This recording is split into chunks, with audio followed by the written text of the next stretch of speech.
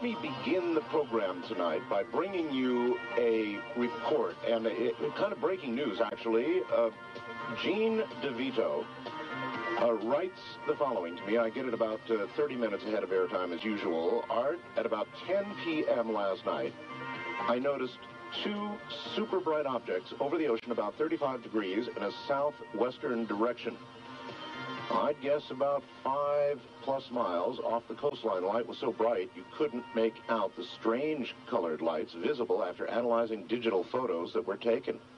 The images were analyzed by Hyperdisc Media of Irvine and the computer enhanced to view the strange lights and object. The objects were hovering stationary for long periods of time, then faded, then reappeared several miles to the west, then repeated the action to the east. A friend of mine was also flying his Cessna 172 earlier and told me he saw an object extremely bright in the western sky at the horizon. Now, Gene has sent us a series of digital photographs of what he saw. Bless his heart, he just happened to have a camera with him. And he also included his phone number. So I've done two things. One, I have sent to Keith in the last few moments, and Keith, as always, getting them up at the very last moment, because that's when I send them. A couple of the photographs that Gene has sent to us. Some, when I looked at it, I went, oh my God, this is kind of like the Phoenix lights. It's obviously in a V formation, and it's really, really, really odd. So the photographs that we're about to talk about, because I've got Gene on the line right now, are on my website, artbell.com. Simply go to artbell.com, go to What's New, and the first item will be Oceanside, California UFO images, and this absolutely, absolutely qualifies as a UFO. Here's Gene DeVito. Gene, welcome to the program. Thank you. Well, thank you for having me on. Yeah, you bet. Thank you very much for sending. When did you send that to me? You know, it was about 2 hours ago. About 2 hours ago. And I figured with all your email, it would probably just blow by you. It almost did blow by me, but not quite. And I began to click on the images, and I went, wow, that looks like the Phoenix Lights formation to me. And so, tell me about this thing. Well, I was out on the deck. We live on the beach. And No, wait. First, this was last night, right? Last night, 10 p.m. Last night. In fact, it was 9:58 exactly, because I looked at my watch, and it was 9:58, and I looked at it for some reason, and then the light went on down below in my garage, and it's a security light. So I walked out to see what turned the light on. That's what drew my attention. Sure. And I'm looking up, and we're near Camp Pendleton. We have planes flying all the time, and also if you look way out to the west, up, you'll see planes flying back and forth to San Diego Airport. Right. So it's not unusual to see planes all over the place. But what was unusual about this, it was so bright that I grabbed my binoculars and I looked at it, and in my binoculars I couldn't really look directly at it because it was so brilliant. That bright. It was that bright. And you couldn't see behind it or anything. You couldn't see. But what I did see with the glasses was colored lights seemed to be coming out from around the bottom, and which showed up on the photo. And then when I loaded this up this morning, the bright light didn't come through with my digital. It's not that super high quality. But what came through was what was behind it. And I looked, I said, well, these colored lights. Anyway, so I copied these, and I put them on my computer, and I didn't do anything about this until I was talking to my neighbor, who's a contractor, and he happened to be out flying with the Cessna 172 last night, and he was telling me, he said, I saw this huge bright light out there. He says, I never saw anything like that before. I said, well, so did I, and I took pictures. So he's real happy that I took pictures. Now, did you have time to, what did you do, run back in the house, grab a camera, come back out? Yeah, we're right on the deck, and the room that I usually sit in to read, etc., is right by a cabinet, and the cabinet is my digital camera. And I just got through charging it, so I was sitting there. So I grabbed it, and I used that. Now, I also took a 35mm Canon I have, and I took pictures with it. and those won't be ready until tomorrow. Oh, I'll be very curious how those come out. Yeah, they should be high res. Yeah, it'll be higher resolution. What I'll do is I'll scan them at a high resolution and see how it compares to the picture itself, and I can send those to you too. But when I realized that I was the only one that saw this, there's a good friend of mine named Jim Seegers who's involved with this HDM company, and I sent it to him, and he goes, wow, this is really something. He says, I'm going to take one of the pictures, and I'm going to try to enhance it, see if I can make it more defined and get rid of some of the background noise. Right. He did, then he sent it back to me, and I looked at it, and I go, yeah, that's what I saw. I saw this better than what I did when I just took the pictures. Now, you say this object appeared and then disappeared and then reappeared and did the first trick. it sat there, okay, and it was just really bright.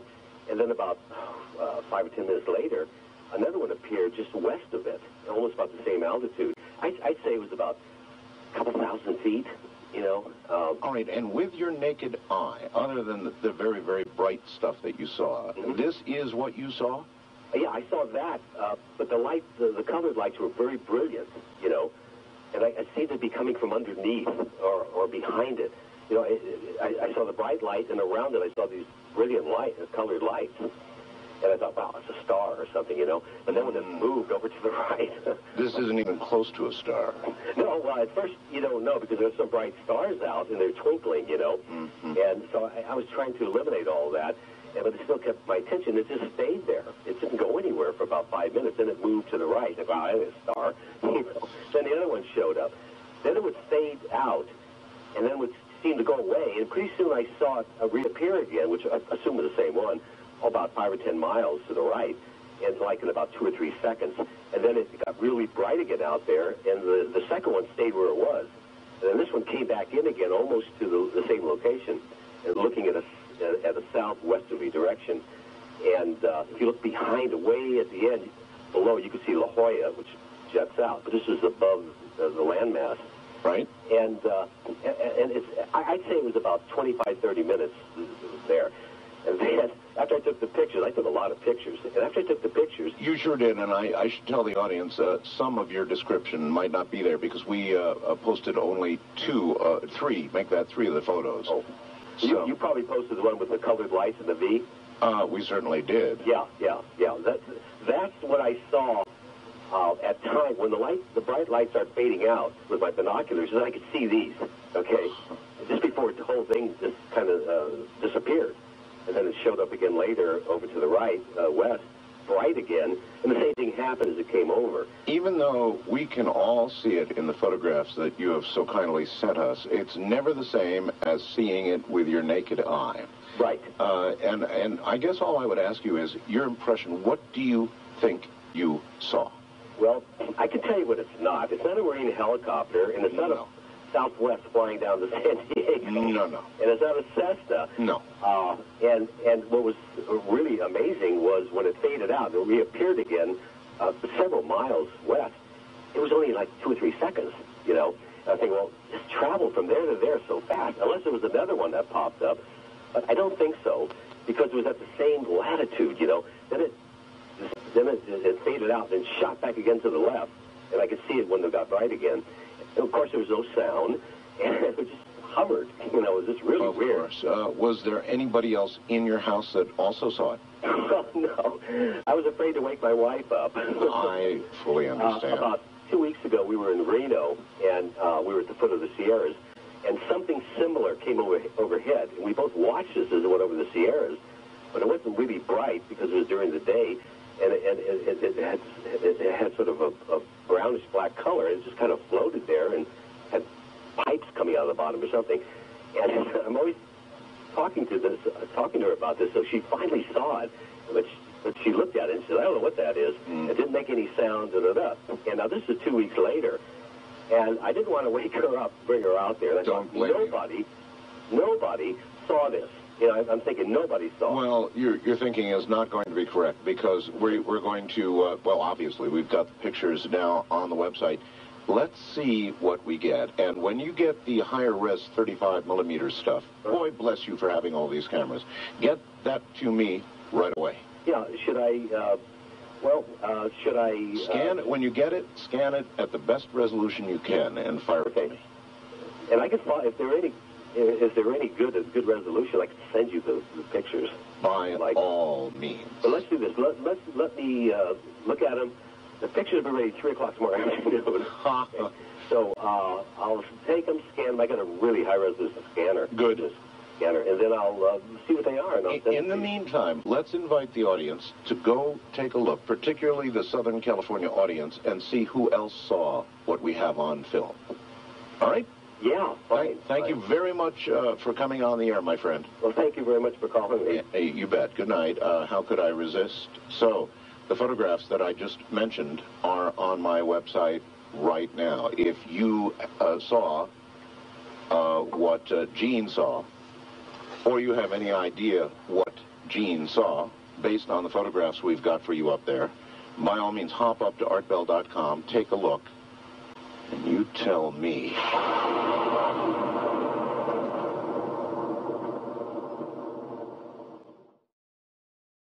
Well, the interview ended, but not the incidents. Then why should they? They started a long time ago in a city far, far away.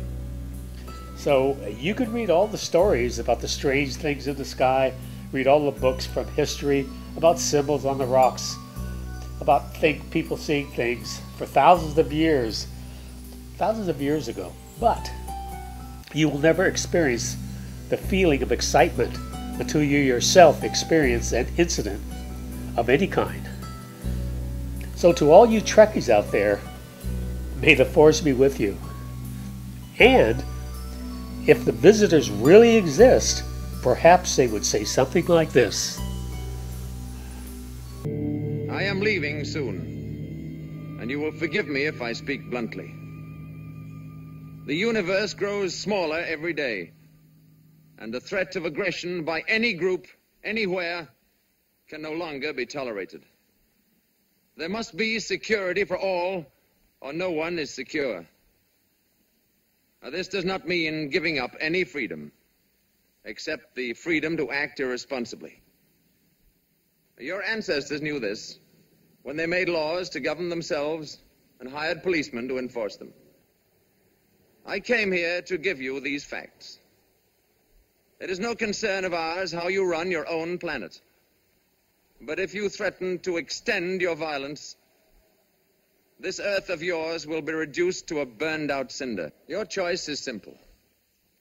Join us and live in peace, or pursue your present course and face obliteration. We shall be waiting for your answer.